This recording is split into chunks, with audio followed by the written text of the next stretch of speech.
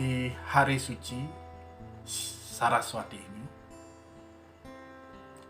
adalah untuk memuja beliau Sang Hyang Aji Saraswati dalam bentuk pengetahuan. Banyak dari kita kehilangan tentang jati diri Siwasiddhanta karena kita tidak mengenal tentang Siwasiddhanta itu sendiri. Kita adalah para Siddhantin atau penganut Siwasiddhanta yang sedang menapaki avidya menuju ke widya, dari kegelapan menuju penerangan. Untuk menghapus kegelapan-kegelapan tersebut, maka ada baiknya pada kesempatan ini saya menceritakan bagaimana keagungan beliau, pencipta karya sastra tentang Siwasiddhanta. Ilmu pengetahuan tidak bisa kita pisahkan dengan sastra dan aksara. Perjalanan Hindu tidak terlepas dari Sangyang Weda begitu menapak di Bali atau di Nusantara ini. Kita mengenal ada Raja Dharmawangsa yang terkenal dengan karya sastra atau proyek komprehensifnya, yaitu dikenal dengan menjawakan biasa mata atau membahasa jawakan karya Maharsi biasa.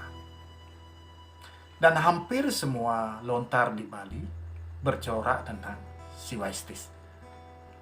Lontar-lontar di zaman Dharmawangsa yang lahir pada abad ke-10, ke-11, cirinya yaitu menggunakan bahasa Sanskerta dengan arti Jawa kuno atau dengan komentar-komentar yang berbahasa Jawa kina. Lontar-lontar ini banyak yang berisi tentang tutur atau tatwa Siwasiddhanta. Yang tertua bernama Buana-Kosa. Kemudian setelah Buana-Kosa lahirlah Uraspati Tatwa. Kemudian ada Ganapati Tatwa, ada Tatwa Jenana, ada Sangyang Mahajenana, ada Jenana Siddhanta.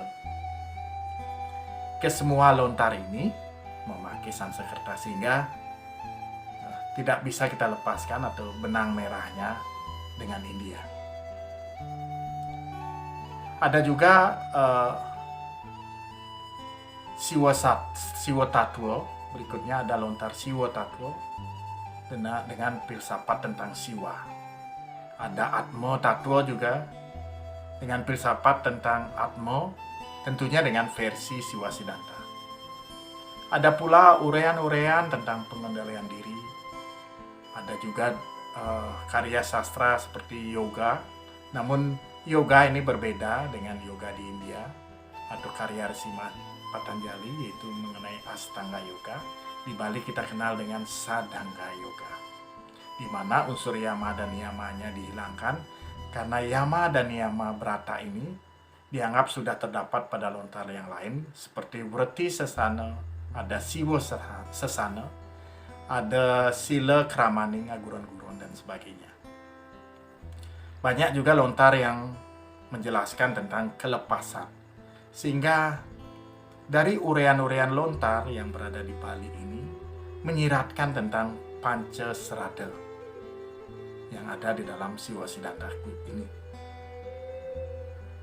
Ada juga lontar-lontar Sesana yang berbicara mengenai pengendalian diri seperti Putra Sesana, ada Wiku Sesana, ada Resi Sesana, ada Prabu Sesana dan sebagainya. Dan juga ada lontar-lontar mengenai yadnya. Ini ratusan jumlah lontar mengenai yadnya, seperti Widi Sastra, Mahakerti dan sebagainya. Ada juga lontar Wariga, ada Sundari Gamo, ada Sundari Panca Limo. Semuanya bercorak tentang Siwasiddhanta. Kedatangan Weda ke Nusantara, kitab suci Weda ke Nusantara. Weda itu datang tidak dengan komposisi penuh, namun datang dengan pokok-pokoknya. Sehingga di Bali dikenal dengan Weda Sirah. Inti dari ajaran Weda Sirah ini dianggap relevan dengan sekte-sekte di Indonesia. Dan bahasa Wedanya pun berbeda. Kalau kita mengenal ada Vedic Samsekerta, maka bahasa Weda yang datang ke Nusantara adalah Archipelago Samsekerta. Proyek komprehensif Dharma Wangsa, bagaimana beliau menyalin dengan Jawa kuno. Proyek ini tidak menghapus Samsekertanya, namun tetap mempertahankan Sanskerta dengan ditambah dengan Jawa kuno. Termasuk juga Pujo Pengastawa. Kalau kita kenal ada Weda Parikrama. Biasanya kalau yang dipakai oleh pendeta Buddha di Bali disebut dengan Purwaka Buddha Beda. Begawan biasanya memakai Puja Janardana, aja Puja Sulamanggeni, kemudian ada Puja Buatsura. Itulah pengajaran Jawantahan Weda di Bali yang berbentuk setawa-setawa, dikatakan sebagai ide Sulinggih Meweda.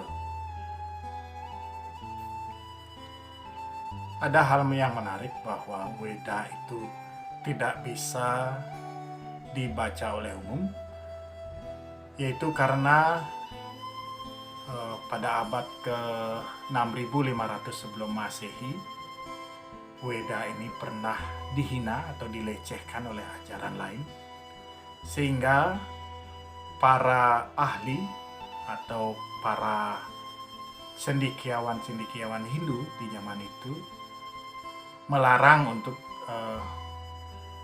membaca Weda secara umum, namun diganti dengan Pancama Weda.